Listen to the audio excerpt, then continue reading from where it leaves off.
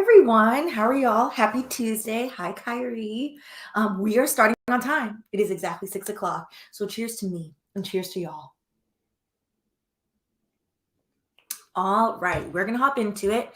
I'm trying to figure out if we're going to do our lives on Tuesdays or Wednesdays. It seems either day works. If you missed it, we did cover Donald Trump's indictment last week Friday during lunchtime. That apparently is not a great time. So go and watch that video. It's there. So yeah, it's either going to be Tuesdays or Wednesdays. We're going to see how many days Tuesday or Wednesday wins. Last week it was Wednesday and Friday. I am on time. So look at that. Y'all are on time. That's what early is. So we'll see. So today we're going to talk about the Tennessee 3, which essentially turned into the Tennessee 2. So this is going to be, let me make it a little bit bigger, our agenda. So expulsion and the right of representation. We are going to go through the documents. What exactly happened? Why were they thrown out of their seats, which they were elected to be state representatives of Tennessee? Why were they removed? Is expulsion legal? Is all of this unconstitutional? Yes and yes and yes. Lots of mess. Then we're going to get into why local elections matter the most, and particularly the work that Representative Justin and Justin, who both of their names are Justin, were working on. So we have Justin Jones and then Justin Pearson. And then Representative Gloria as well, which I'm forgetting her last name, but it's fine because it's on a slide. So we're going to get into her as well, and how actually using your voice and being an ally, how that works, which she did. And we'll talk about that. And then lastly, we're going to end on environmental racism, because there is not enough attention paid to environmental racism in the United States, and largely one of the very fascinating, sad, frustrating things, projects that Representative Justin Pearson worked on was ensuring that a pipeline did not go through a 99% majority Black, lower income neighborhood. And it's very interesting to see the history of the neighborhood and who actually built the neighborhood and all these years later. All right, so let's get into it. So this all occurred about a week and a half ago when, unfortunately, in Tennessee, there was another mass shooting, which 6 people unfortunately lost their lives. And young protesters, mainly college students, as well as young people and their parents, took to the streets of Nashville, as well as to the Capitol building, to protest and to urge their elected officials, the people who they pay their salaries, that they wanted some actual gun control laws. So shout out to the young people, shout out to Gen Z out here doing it in the streets. They're doing it in the tweets and in the streets, and that is amazing. It's wonderful to see. So this is what started this entire protest, I would say. And then we are going to get into what happened specifically with the 3 representatives. All right, so let me go ahead and play this. The 3 Democrats in question, State Representatives Justin Jones, Gloria Johnson, and Justin Pearson, were accused of disorderly behavior following their participation in a demonstration on the House floor last week. We need action! We need action! They joined advocates calling for stricter gun safety measures following the mass shooting at the Nashville private school that left 6 people dead on March 27th. Their chants with a bullhorn from the podium in the House well led to today's showdown. We called for you all to ban assault weapons, and you respond with an assault on democracy.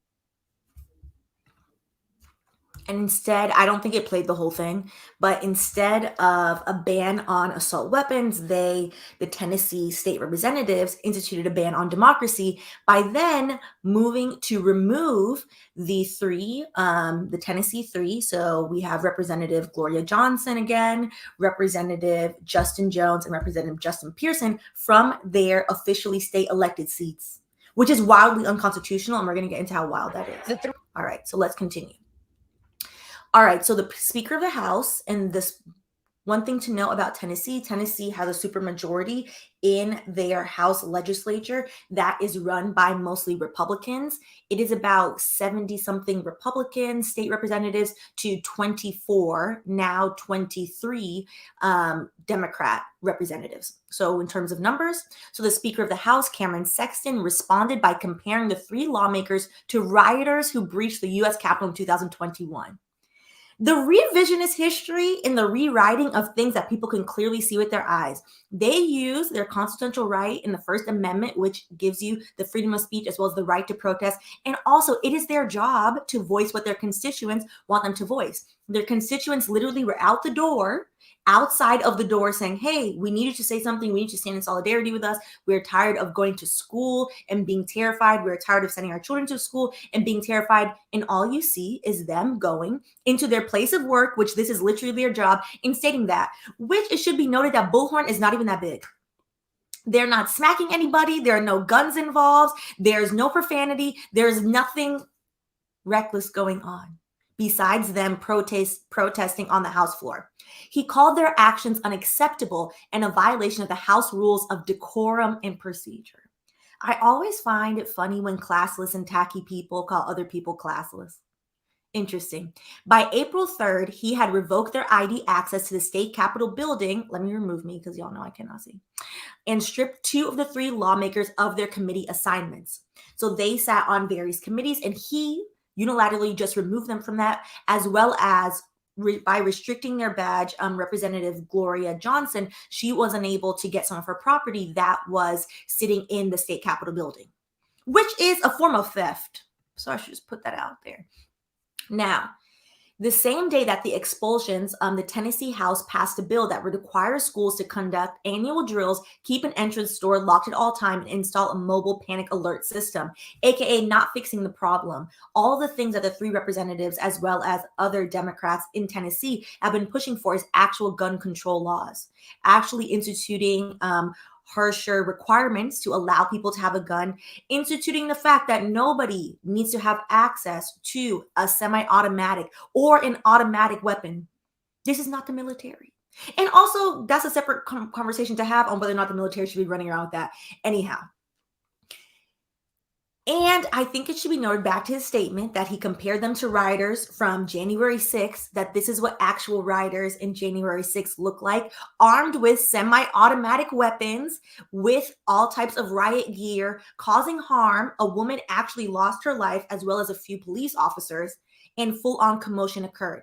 But I find it very interesting that certain Republicans in general want to rewrite the history of what is occurring and compare what is a lawfully sanctioned protest and someone literally doing their job to these hooligans who all should have been arrested the day of.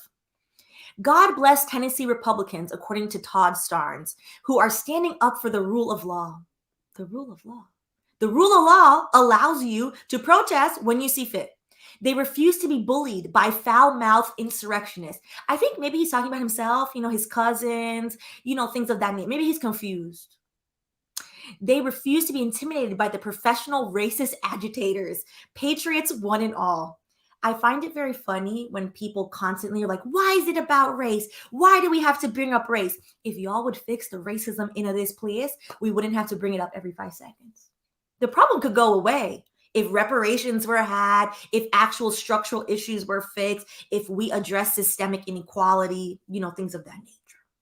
Then you have someone over here as well, Chalky K, stating, I noticed that, so this is after Representative Jones was reinstated, which we'll get into a second, how that process worked. I noticed that this time he didn't bring the insurrectionists he incited to violence the last time. No violence occurred. Actually, the only piece of documented violence, which Representative Jones was filming, one of the Republican representatives hit his phone and assaulted him. But people act like the facts just aren't right there, literally filmed for everyone to see. Hope he learned his lesson. He should have been arrested and put in prison for what he did. Lord. People will continue to say whatever they want to say, despite the facts being right in their face. So before the expulsion took place, Representative Jones was allowed to make a statement. And in his statement, he had this to say. And, I appreciated this wonderful gathering that he did. So let me play this really quick. Let's talk about 1 second, in case you missed it.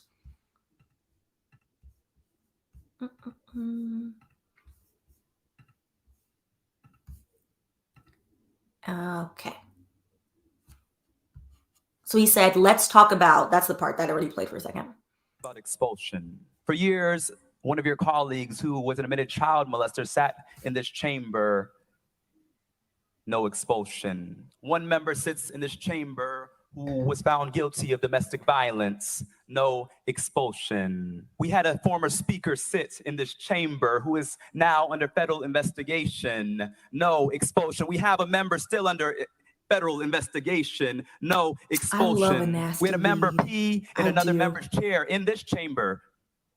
No expulsion. Let's talk about expulsion. For years, one of your colleagues who was an admitted child molester sat in this chamber. No expulsion. One member sits in this chamber who was found guilty of domestic violence. Oh, I think it's replaying. No okay. Expulsion. I think it went through the whole thing. We had a former speaker sit in this chamber who is now under federal investigation. Yep, okay. No expulsion. Let's go we back have a to member the still rest of it. I'm with you, Blue Quartz. I mean, the spoken word speech is for some people. It's fine. It's fine. For me, I'm like, I speak very fast. So when people speak that slow, I'm like, okay. But I did appreciate the nasty read. I really did. All right. Which he then stated, we had a member pee in another member's chair in this chamber, that's not in that clip. This is the transcript from the clip. No expulsion. In fact, they're in leadership in the governor's administration. Yes, one of the Tennessee representatives peed in another representative's chair because they were upset. But this entire thing is about decorum. I don't think there's anything more classless that you can do besides actually assaulting somebody, which one of them did. Also, so once again, what you're saying to us is that you're trying to put us on trial. I'll say what you're really putting on trial is the state of Tennessee. What you're really showing for the world is holding up a mirror to a state that is going back to some dark, dark roots. A state in which the Ku Klux Klan was founded is now attempting another power grab by silencing the two youngest Black representatives and one of the only women, Democratic women in this body. That's what this is about. Which, amazing, amazing. I care about the substance more than the style. They could talk in helium voice and do spoken word. I wouldn't care. LOL. Exactly. The substance was there. And also, I think what was very interesting is he did this knowing that he was already going to be removed and the expulsion was going to occur and was like, oh, by the way, you're telling me I don't have any decorum and I'm classless and I broke rules. But some of y'all are literally under federal investigation and some of y'all are literally pissing in chairs like a dog. Wild. Jesselyn, that Capitol building is giving Waffle House level drama. Is very dramatic and also problematic at the same time. If this wasn't actually impacting their voter base, this would just be a wild thing. And also, it should be noted, if the Republican supermajority of Tennessee wasn't so hell-bent on trying to make an example out of the three of them, nobody would have known that for years they've been going around doing this foolishness. Nobody would have known besides the people in the state of Tennessee. Okay. For context, as he was stating, the last time the House expelled a sitting lawmaker was in 2016 when the chamber voted 70-2 to remove Representative Jerry Durham, who was a Republican, from the House for alleged sexual misconduct. At that time, it was the first expulsion since 1980. And then last year, for the first time in history, the Tennessee Senate, so they're in the House, the Senate is separate legislative body in Tennessee, voted to expel a senator, stripping Senator Katrina Robinson, Democrat from Memphis, of her elected position following her federal conviction on federal wire fraud charges. People that have actually done crime, not people that are using their voice and just going in with a very moderately sized bullhorn to state the obvious. Okay, so this is the resolution that they introduced. So the resolution was for all three representatives. They're all exactly the same. So I just wanted to show it so y'all could see it. So whereas Article 2, Section 12 of the Tennessee Constitution provides that each house may determine the rules of the proceedings, punish its members for disorderly behavior, and with the concurrence of 2/3 expel a member, but not a second time for the same offense, and shall have all other powers necessary for a branch of the legislature of the state. So all of the people stating, oh, well, you need to follow rules. You're not following rules. Why is this happening to you? It does not say that you cannot protest on the House floor. It states that there have to be rules and procedures because, of course, anybody that attends a meeting, there are, the business rules everyone uses from college on up. There's a certain cadence to things, and that's so things flow easily. Having a protest is not violating decorum. Having a protest and saying like, hey, this is my job. We need to talk about it. We need to talk about these issues. Particularly one of the things that hasn't been highlighted a lot, which is in Tennessee and in a lot of these state legislative bodies, they are essentially closed off because no one pays attention to what's going on in the state legislative bodies, even though it matters more. So Florida is a good example of this, where the supermajority will just silence other people. So if you are in the Democrat minority, for example, in Tennessee, multiple times the representatives asked to be heard stating, hey, my constituents, I represent 20,000 people. I represent 50,000 people. They're terrified. They want this. This is their taxpayer money. This is what they want to do with it. And the Republican supermajority would just not answer their question, not call on them, not allow them to be heard. That is a lack of decorum. Also, it should be noted, no state constitution can violate the United States federal constitution. We have separation of state and federal, but they work together, with the federal being the overarching. All right, let me make this a little bit bigger. Whereas it is deemed in the best interest of the people, so this is according to the resolution for the state of Tennessee and this body, I spelled it wrong, body for Representative Pearson to relinquish his seat as a member of the House of Representatives.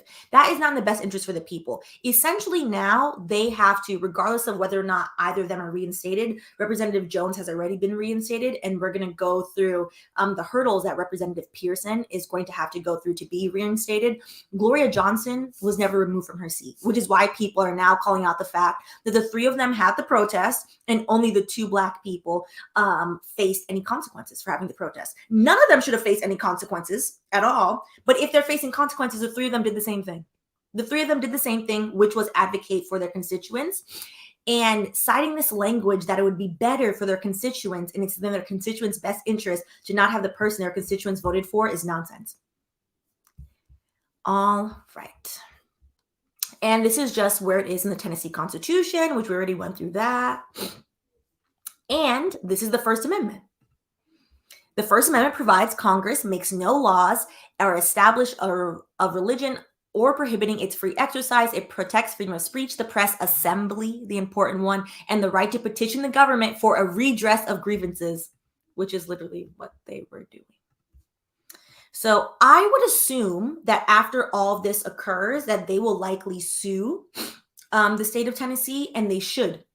Particularly, you get qualified immunity when you are a government worker acting in the capacity of your job, unless you act completely out of the capacity of your job. It's very hard to prove that someone is not acting in the capacity of their job when you're a government worker, but they should sue them, including Cameron Sexton, listed as a defendant as well, as a defendant in a civil claim. I would assume that's likely what they're going to do. So that way it's on the record, all the various times and all the racist things that have been said to them since they have joined the House of Representatives for the state of Tennessee. All right. So if you're not familiar, which before this, most people, sorry, my allergies, it's finally warm, which is great, but the flowers are out and Lord have mercy. Most people, including myself, were not familiar with these representatives unless you live in the state of Tennessee. So I thought we would do a brief little introduction into all three of them because they have done a lot of amazing work, and they're continuing to do a lot of amazing work, and hopefully Representative Pearson is reinstated. So this is Representative Justin Jones, who you heard giving the speech. My name is Justin Jones. I'm 26 years old. I think he's 27 now. Yeah, because this is from 2022. Community organizer. I've been arrested over 14 times for good trouble, quoting John Lewis. And I look forward to serving as a next state representative for District 52, the most diverse district in Tennessee.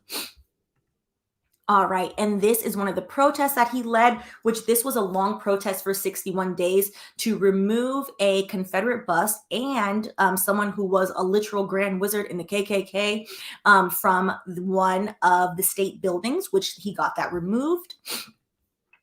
and particularly has been very active in his community and went to Fisk University, I believe, which is at HBCU in Tennessee. So yesterday, I believe I'm getting my days right, the Nashville Metropolitan Council, because that is where his seat sits, voted still Monday today. Oh, today's Tuesday. It is yesterday.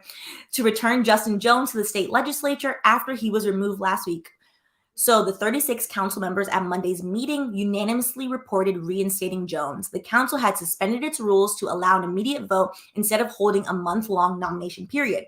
So he is back in his seat, which is great. So he can continue to do the work that he is doing. And particularly what he was proposing along with Representative Pearson is actual gun reform and gun control laws, which every state desperately needs, but particularly these red states, which are insistent on rolling everything back. So this was how he was received on his first day back at work after the crotchety crotchers kicked him out, which I just thought this was great. I'll put this on here.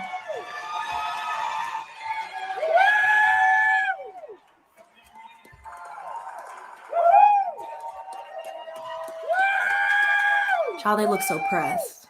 They look so pressed.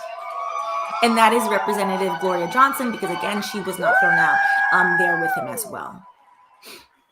And everybody else looking very salty and unhappy.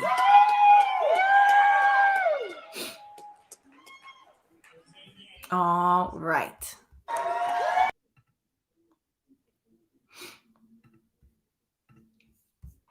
Okay, let's get back into it. Oh, it's not the right one.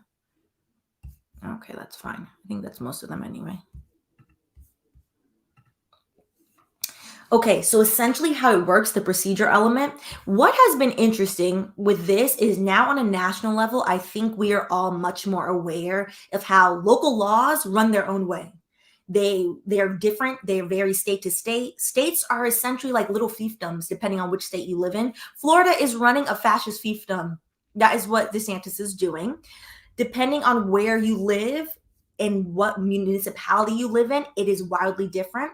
So essentially, under state rules, the governor of Tennessee, who is Bill Lee, must schedule a primary for Jones and Pearson. Even though Jones has been reinstated by the electoral board, he still has to now, they have to waste taxpayer money and have a whole re-election. Waste of money. Seats within 60 days and a general election within 107 days. Both Jones and Pearson have said they will seek re-election. So now the voters who already voted them in and stated, yeah, this is who I want to represent me. Now they have to rally up people again to take time off of work, to vote for them again, while the other Republicans will likely put forth candidates as well. Which again, giant waste of money. All right, so this is Representative Gloria Johnson. She is a retired teacher. Unfortunately, during her long and tenured teaching career, the school that she worked at, a shooting occurred and one of the students died. She has been a staunch advocate for gun control, particularly for the schools, as well as calling out all of the things that have been going on in Tennessee. And she did something that I think should be noted that clearly a lot of other people who claim that they are allies did not do, which is she stood up, she used her platform, and she stood side and side by Representative Justin Pearson and Justin Jones. And when asked, which I thought a lot of the interviews people did of her were very disingenuous on the interviewer's end, when asked why she was not removed from her seat, she said, rightfully so. Well, probably because I'm a 6-year-old white woman. Which some of these interviewers then looked at her like she had 3 eyes. And I was like, well, of course that's why it is. Why are you asking her this? So it's amazing to see her continuing to fight the good fight. And hopefully, one of the interesting things I think that we're seeing in Tennessee, particularly now that they're highlighting Tennessee, is a lot of regular people who have had other careers who have just become very fed up with the lack of their local government working for them, with realizing like, hey, I was a teacher. Unfortunately, like this awful thing happened while I was teaching. Kids have to go to school. Like school should be, like, we shouldn't be having conversations about locking down and turning the school into a prison. That's wild. We should actually want to protect students and protect teachers. And in Florida, the conversation after Parkland was, we should arm the teachers. What? People don't get paid enough money for that, first of all. Second of all, that's not helping. Third of all, in Florida, the multiple times that school shootings have occurred in Florida, when there have been security guards, the security guards have run. The security guards have been like, well, y'all don't pay me enough for that either. Nothing but commotion. Addressing the root of the issue is addressing why do we have all of these guns floating around in the first place. It's unnecessary. The interview was very good. To one interview I saw, she said, because I think she was getting annoyed with the question. So one interview, she said, well, maybe it's the difference in the color of our skin. And I was like, tell them, Gloria, because I don't know why. Why are people acting nuts? All right. Oh, I have like two things up. Okay, here we go. And then this is Representative Justin Pearson, who was removed from his seat. So he is currently, today is Tuesday. So remember what days we're in. Tomorrow on Wednesday, the election council, the committee that is in his district, is going to vote on whether or not to reinstate him. He is seated in Memphis. All right. So this is a tweet that I pulled. Run for office. He did. Go vote. They did. Even then, those with power removed at Justin Pearson from representing the environmental justice needs of the Southwest Memphis community and attempted to silence them. Cue megaphone. Should be noted that Memphis is a predominantly Democrat city. Unlike a lot of Tennessee, Memphis is also a predominantly Black city. And one of the main issues that Justin ran on, and one of the issues that he was working on before he decided to run, which has to do with environmental racism, which we've talked about on this channel a few different times, and we've talked about on Patreon as well. And is not talked about nearly enough, and is one of those things that is largely swept under the rug in the United States. So specifically, the issue that he was working on had to do with the Byhalia pipeline, which was a route through Boxtown, Memphis. Boxtown is a Black community. It's 99% Black. It was formed, historically interesting, in the second half of the 18th century. That's the 1800s. And named after formerly enslaved people who used scraps of wood and metal from train boxcars to build their homes. It remains a predominantly Black neighborhood today. What happens with environmental racism and how this is occurring in the United States is these pipelines for various natural gases, harmful gases, etc. Factories, Cancer Alley is largely filled with 30, 40 factories, are always placed by rural areas, poor areas, and also simultaneously predominantly Black areas.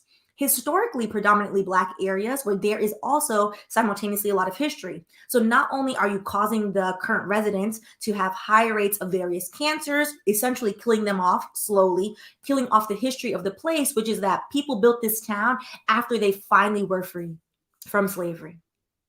There is so much history to be had in these places, and it's the insistence of white supremacy to not only erase the actual space, but to eradicate the people and the oral tradition of history as well. All right, so since he is from Memphis and he cared a lot about this, him as well as a lot of local organizers advocated for about 2 years against the Byhalia pipeline, specifically how it would have impacted the community because crude oil is known to contain cancer-causing hazardous chemicals such as benzene. Memphis residents would have been at risk if a leak or spill occurred, which it would have occurred because, child, they never upkeep these things, near a breach in the aquifer's clay layer. It would have essentially bled into all of their water supply. So he advocated against this and mobilized the community against this. And it then, they won in the end. And one of the large parts of their win was the cockiness of the corporations, which are largely, particularly these corporations, run by white people in this area, in that one of them was so cocky and did not care, one Mr. Wyatt Price, stated, explaining why a planned oil pipeline was taking a roundabout path around Memphis through a Black neighborhood. So they specifically made the path for the pipeline that it would avoid white neighborhoods and cut through the Black neighborhood. Price, a land agent for the Byhalia Connection pipeline, last year told a gathering it was because by Boxtown. Wait, did I get the name wrong? Hold on. Make sure you get the name right. Boxtown, yes. It is because Boxtown was the point of least resistance, to which he was then met with lots of resistance. I'm glad, because it's the purposeful way that these types of corporations and the purposeful way in which white supremacy always undermines Black people. It's like, you know what? They're gonna let us build this pipeline. We don't have to argue with them. Like, who cares? They don't have the energy. We have already worked them to the core. And it's just this lowly people who have descended from enslaved people. We're gonna continue on foolishness. And now, because he stated that in about 2020, that helped galvanize the community even more, to which they advocated, and they won against the pipeline project, and the pipeline is no longer going through their community. But the audacity and the caucasity to even say that in the first place is wild. It is such a wild thing to say. To just say out loud, blatant racism, like, it's just Negroes over there. It's fine. And again, to all the people that are always like, okay, but does it always have to be about race? Yes, because we're going to make it about race every time. And unless we are going to fix the structural and interpersonal effects of racism, we're going to continue to have these conversations, because Black people, by and large, every day, day in, day out, specifically poor Black people, and particularly when we talk about environmental racism, affects rural Black people the most, are largely feeling the physical effects, the mental effects of what happens when you live next to an oil pipeline, a gas pipeline, when you live in a 3-mile radius of 30 factories. All right, let us continue. So this is, I'm always curious about the demographics of things. This is the demographic data for Memphis. So as you can see, Memphis is 64.6% Black, 27% white, 0.3% American Indian, Native American, 1.7% Asian, and then you have Hispanic, about 7.7%. So it's a predominantly Black area, and you would think because it's a predominantly Black area, this is also a predominantly Democrat supermajority, that it will be easy for Pearson to be reinstated. However, and unfortunately, the opposite has been reported, in that the Shelby County Board of Commissioners, so that is who is in charge of reappointing him, and they're in charge of reappointing the interim representative, because again, they have to hold those general elections within 60 days now, which is again a giant waste of taxpayer money. Local officials have said state legislators angered by Pearson's reappointment could potentially block funding to Memphis, which again is unconstitutional and illegal for them to then threaten people. The money is already earmarked. It's already set in the budget. Like, hey, your town gets X amount of money. This is for the school. This is for the plumbing. This is for the water tower. This is for etc. We are also being threatened by the state to take away funding, needed funding to run our schools, to run our municipalities. Shelby County Commissioner Erica Sugarman. What a nice, it's an interesting last name. Told Fox 13 Memphis. Okay, I'm not going to laugh. I did chuckle a little bit. No legislators have publicly stated if they would do this. Another commissioner, Amber Mills, told the Commercial Appeal that she would decline to, she already said, listen, I'm not doing it, to reappoint Pearson because it may result in legislators barring funds from coming to Shelby County. Now, again, these are his colleagues. These are the people that are supposed to have his back, that they are all on the same team. But it is the real life fear that they don't want the funding for school lunch to be taken away. They need the funding. And again, the federal government should step in, because this is not how a democracy works. A democracy cannot function if you have certain people just going around literally pissing on seats, bullying others, calling it an insurrection when it is literally just people exercising their rights, and then threatening other people from doing the right thing, which is reinstating him. So tomorrow they're going to have the vote. So we're going to see what happens. And I completely agree, Blue Quartz. It is essentially extortion. It is essentially extortion and blackmail, what is occurring, which again is a crime. It is illegal. And also for people to be willing to put their whole government name and talk to the news and be like, yep, so-and-so already said this to me. I don't want to be in it. Should show how real this is for the people of Memphis. Okay. And So just to highlight this, I feel like we talked about this on Patreon a while ago, which is Cancer Alley. So Cancer Alley runs through large swaths of rural Louisiana, as well as in the southeast, I would say. Essentially, what has happened in Cancer Alley is the same thing that what they're trying to do in Memphis, which is they've targeted rural Black towns and rural Black municipalities and built all of these harmful things. So styrofoam factories, which put things I don't know how to pronounce into the air, etc. So air quality has improved for decades across the US, but Louisiana is backsliding. Our analysts, this is from ProPublica, our analysis found that a crush of new industrial plants will increase concentration of cancer-causing chemicals in predominantly Black and poor communities.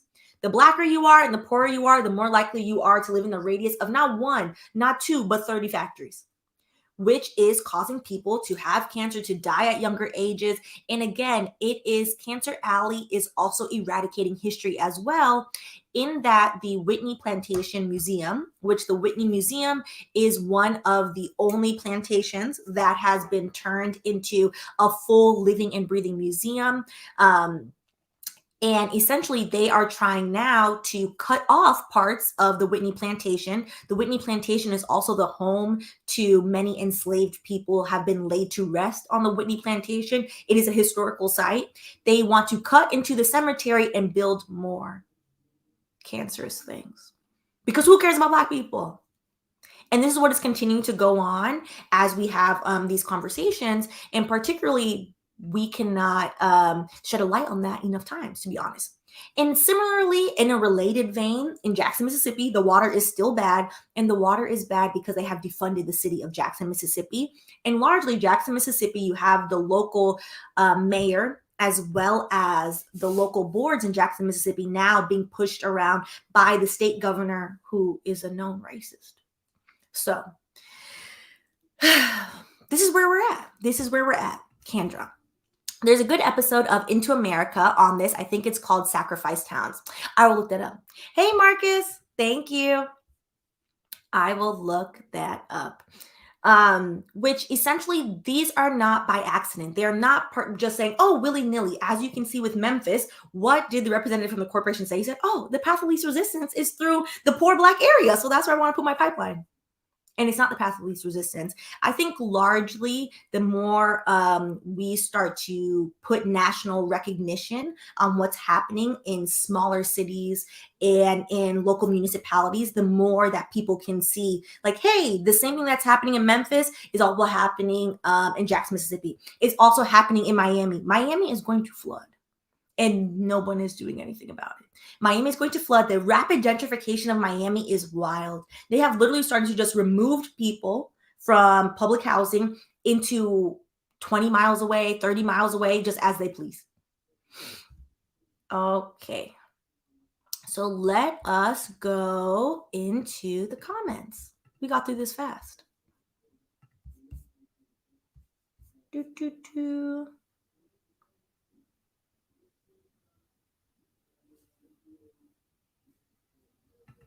Oh, that's really sad.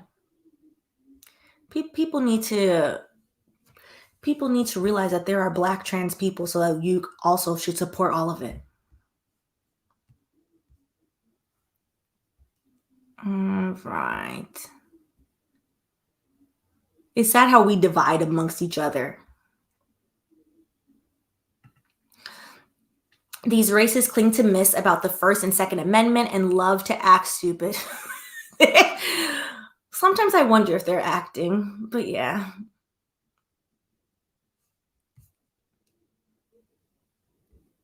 Yes, Kiki, the Justins are giving presidential vibes. Great young men. Great young men. And it's also wonderful to see young people. They are 27 and 29, I think. It's also wonderful to see young people be like, okay, you told us to get off the internet and to do things, like we're doing things. And to see the young people of Tennessee go out and demand justice and be like, hey, I'm not having it. Robert's Rules of Order. Thank you. Child, I forgot about that. Second. I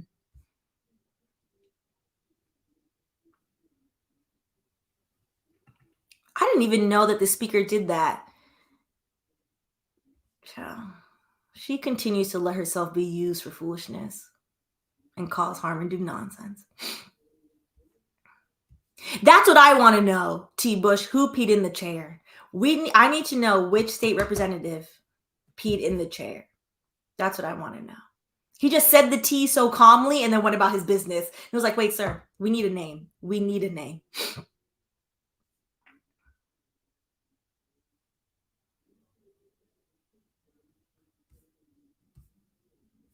All right. It feels like the entire country is hostile at this point. Honestly, this gave me a glimmer of hope because I looked through a lot of the photographs of the people that supported them, the two Justins. So much easier to say the two Justins. The people that supported them and the people that rallied behind them. And you know what? It was very much giving a multiracial democracy dream that we have not yet realized. And I was like, you know what? Maybe there's a smidge of hope, a tiny smidge. I agree. This is a toxic, hostile work environment, which I think it was Justin Jones in one of his interviews talked about this, or is Justin Pearson? I don't know which one. One of them talked about this, that ever since they're both relatively new to the House of Representatives for Tennessee, and they spoke about, they're like, this has been wildly uncomfortable experience. This has always been a hostile experience to work here. And they were like, imagine working with people that openly talk about hanging you. This is what he said, hanging you and hanging others as a form of capital punishment. To which Representative Gloria Johnson then backed it up and says that she hears racist things being said by the other representatives on a daily basis. Daily basis. So, all right.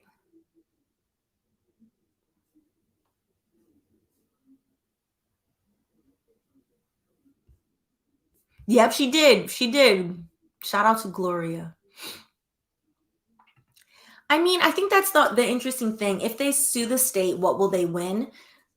The interesting thing about lawsuits when you sue civilly is you want your compensatory damages. So rightful compensation would be, I want my seat back. So you could sue to get your seat back. You can sue and ask for anything. There have been some very odd lawsuits, as a random tangent, but some very odd lawsuits specifically on YouTube where people have sued and as the recompense, they have asked for the other person's plaque and have gotten it. And I'm like, what? This is a waste of taxpayer money. Like, why are y'all doing this? Why are y'all doing this?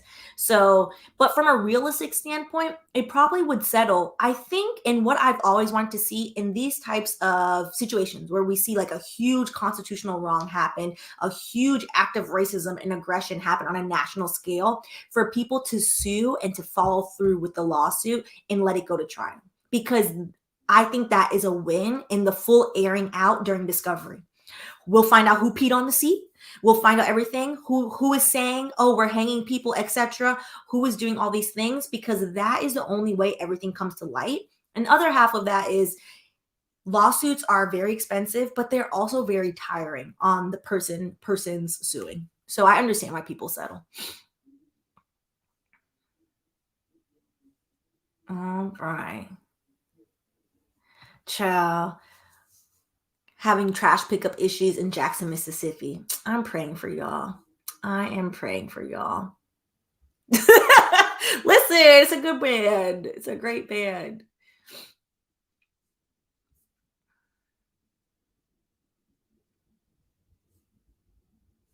All right. Well, yes. So what criminal records, Casey Block, if any, are public? Like, can we find out which elected officials are convicted of domestic abuse, or is that not possible? Yeah, if it's public, it's possible. So I'm sure if we wanted to, or if I want, like, we could look it up. The peeing, though, I don't think there was a conviction on that. I think that's just something they all know that somebody did, which again is the most obscene thing. To do that and then to say somebody else doesn't have any decorum because they are simply protesting is wild. It's giving delusional. All right. Well, on that note, we're done early. Let me think. What do we have coming up? It's April. We have to do student loan video. I finally I've read so many books for this, and for the tropics, which is about how Jamaica and the Bahamas have been packaged and tropicalized to turn our plantation into everyone's favorite resort. So we are finally going to do that video. It's going to be an edited video, so it's going to take a while, but the outline and everything is finally done. So we're going to do that. So that's coming up probably in a couple weeks. And yeah, so if there's anything else that y'all want to see, y'all let me know. We're going to talk about Chat GCP on Instagram Live because somebody asked to talk about what happened to the IP, who owns the IP for what the outputs for Chat GCP, which is the open AI system. And interestingly enough, because I've been just like doing just general research on it and I've played around in it, they are likely getting sued because now Chat GCP, it's been found 2 separate instances where they're just creating fake stories. So they're going to likely be sued for defamation from this mayor in Australia, which they said the mayor in Australia was doing crime and doing time. And he was like, what are you talking about? I was a whistleblower. I'm the good person. So I think that's really fascinating. It's going to be interesting to see, like, what does that lawsuit look like? How's it going to play out? And because the lawsuit isn't filed yet, we'll probably just do a hypothetical, let's all the scenarios on Instagram Live. But when it comes out, we did on here. So Chat GCP, I always forget that. It's an open AI chatbot where essentially a lot of creators now are playing around with it, as well as just people in general, where you can ask it questions like, hey, what happened on January 6th? It's supposed to give you objective answers. Again, artificial intelligence is programmed by actual humans. The majority of these humans input their biases into artificial intelligence, which is why artificial intelligence has huge racial discrimination and bias issues. So it also can create, like, for example, from a content creator standpoint, the useful benefits of it are it can create captions for you. It can allegedly help you with research. I say that allegedly because it's making up lies now, apparently. It can like write out essays for you. So now the schools are banning it. They're like, no, do your homework, children. Stop this. It can do all this stuff. So allegedly it's supposed to be helpful. However, people don't realize the harm it can do, which is if we assume that it's telling the truth and it's making up actual stories about people and defaming people, then is it ever correct? No. I will say it did help me write one title for a YouTube video. I was having trouble on how to like make the title sound good, which was the video that I did on financial abuse. That title is really long. And I was like, oh, there are all these words I want to get out. Like, how do I capture this? And I think the title came out pretty good. But you have to like rework it a couple times. So it's very interesting. It's not perfect, and it is the floodgate to opening problems, to be honest. So we're going to cover that probably like on an Instagram Live tomorrow. Yeah, tomorrow. We're going to do that tomorrow because I've mostly gone through all of like my questions for it, which is interesting. Oh, you know what? That's a use I didn't even think of. It has a lot of cool uses depending. So pro tip, use it for travel planning. Like, I'm going to blank place. What are some things to check out? That's a good point. It has a date limitation. I think Chat GCP only thinks it's in 2021. It can't tell you anything recent. So, because at first I wanted to use it to like pull all the lawsuits for the week. It doesn't know what week we're in. It thinks we're in a whole different year. So it can't help there. But yeah. Yeah, I figured it was, but it is very biased. I've had conversations and it is a race apologist. Yeah, because most of the people programming it are young white men. So they have inputted their bias into the thing. So yeah. Oh, that's a good use too. It has a lot of like interesting use cases. It needs some parameters. It is great for writing cover letters, to be honest. That makes sense. That makes a lot of sense. It's I would say a good starting point on if you want to know something or you just don't want to complete the whole thing. I think it's a good starting point, but not a good end point. Like, you have to fact check the thing. So if you're giving it all the information, like for example, with the title for the YouTube video, I knew what the video was about. I was like, okay, I want to talk about Potomac, but also we're talking about financial abuse. Like, how do I tie this into a title that encapsulate all of that? That's not too long, etc., etc. So if you can control the inputs, the more likely you're going to get a better output, I would say. So, but yeah.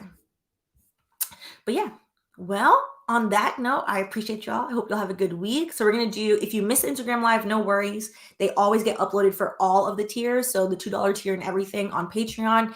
And then we're probably going to have a Patreon Live stream this week as well. I have to look. I think we've gone through I usually keep a list of topics for Patreon. We've gone through all of them. So maybe we'll have it next week. Well, I'm going to go check with Patreon, see what topics y'all want. But yeah, appreciate y'all. You don't have to sign up for it. It's free. So you literally just go onto the website. I forgot what it is, actually. Hold on, chat. Oh, okay. Here we go. I haven't gone on it in a couple of weeks. So here's the website. Well, okay, I lied. Now it's saying you have to log in. Log in. Okay, I guess it changed it. It's on to people. Before, I was just going on it. So I guess you have to create an account. I'm always like iffy about these things. I would just use like an email address that you don't care about, that you don't actually use, that doesn't tie to any of your personal information, to be honest. I wouldn't really use your regular email account for it, just because it has issues. It has issues. You don't know what it's doing. So in that. All right. Well, I hope y'all, if you're in New York, enjoying the almost warm. It's going to be 82 degrees. Have fun outside. Hope everyone will be outside in the warm, laying in some grass, touching some grass. And let's see, hopefully tomorrow, Representative Justin Pearson is reinstated. And if not, I have full faith that he will win his reelection. And I hope both him and Representative Justin Jones also sue, because it needs to be memorialized that this occurred. I think that is very important, because we're seeing this level of autocracy just sweeping through in all these places. So I appreciate y'all, and I will catch y'all on Instagram Live tomorrow. Bye.